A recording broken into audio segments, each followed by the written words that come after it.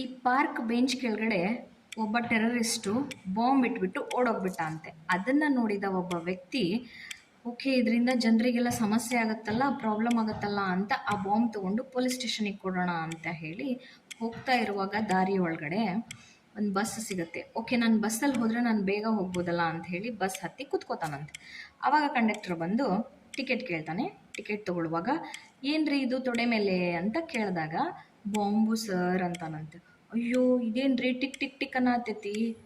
ಹೌದು sir, live bomb sir ಅಂತಂದ ಅಂತೆ. ಆವಾಗ ಕಂಡಕ್ಟರ್, ಏನ್ರಿ ಬುದ್ಧಿ ಗಿದ್ದಿ ಇದೆಯೋ ಇಲ್ವೋ ನಿಮಗೆ, ಬಾಂಬನ್ನು ಯಾರು ತೊಡೆ ಮೇಲೆ ಇಟ್ಕೋತಾರಾ, ಸೀಟ್ ಕೆಳಗಡೆ ಇಡಿ ಅಂದ ಅಂತೆ. ಬಾಂಬನ್ನು ತೊಡೆ ಮೇಲೆ ಇಟ್ಕೊಂಡ್ರೆ ಏನು, ಸೀಟ್ ಕೆಳಗಡೆ ಇಟ್ಟರೆ ಏನು, ಅದು ಬ್ಲಾಸ್ಟ್ ಆಯಿತು, 1 ನಿಮಿಷದಲ್ಲಿ ಎಲ್ಲವೂ ನಾಶ ಆಗೋಗುತ್ತೆ. ನಮ್ಮ ಸಮಸ್ಯೆ ಎಲ್ಲ ಅದೇ. ಯಾವುದೋ ಒಂದು ಸಮಸ್ಯೆಗೆ ತಾತ್ಕಾಲಿಕವಾದ ಪರಿಹಾರ ಹುಡುಕ್ಬಿಡ್ತೀವಿ. ಅದರ ಆಳ, ಅದ್ರ ಮೂಲ, ಅದು ಎಲ್ಲಿಂದ ಬಂತು ಅನ್ನೋದ್ರ ಬಗ್ಗೆ ನಾವು ಯೋಚನೆನೇ ಮಾಡಲ್ಲ. ಈ ತಿಂಗಳು ನಾವು EMI ಕಟ್ಟಬೇಕಾ, ಇನ್ಯಾರ್ದೋ ಹತ್ರ ಸಾಲ ತಗೋತೀವಿ, ಅದನ್ನು ಕಟ್ತೀವಿ. ನೆಕ್ಸ್ಟ್ ಮಂತ್ ಅವ್ನು ನಮ್ಮ ಜೀವ ತಿಂತಾನೆ. EMI ಅಷ್ಟೇ ಅಲ್ಲ, ನಾವು ಯಾವುದೇ ಸಮಸ್ಯೆಗೂ ಒಂದು ಶಾರ್ಟ್ ರೂಟ್ ಹುಡ್ಕೊಂಡ್ಬಿಡ್ತೀವಿ.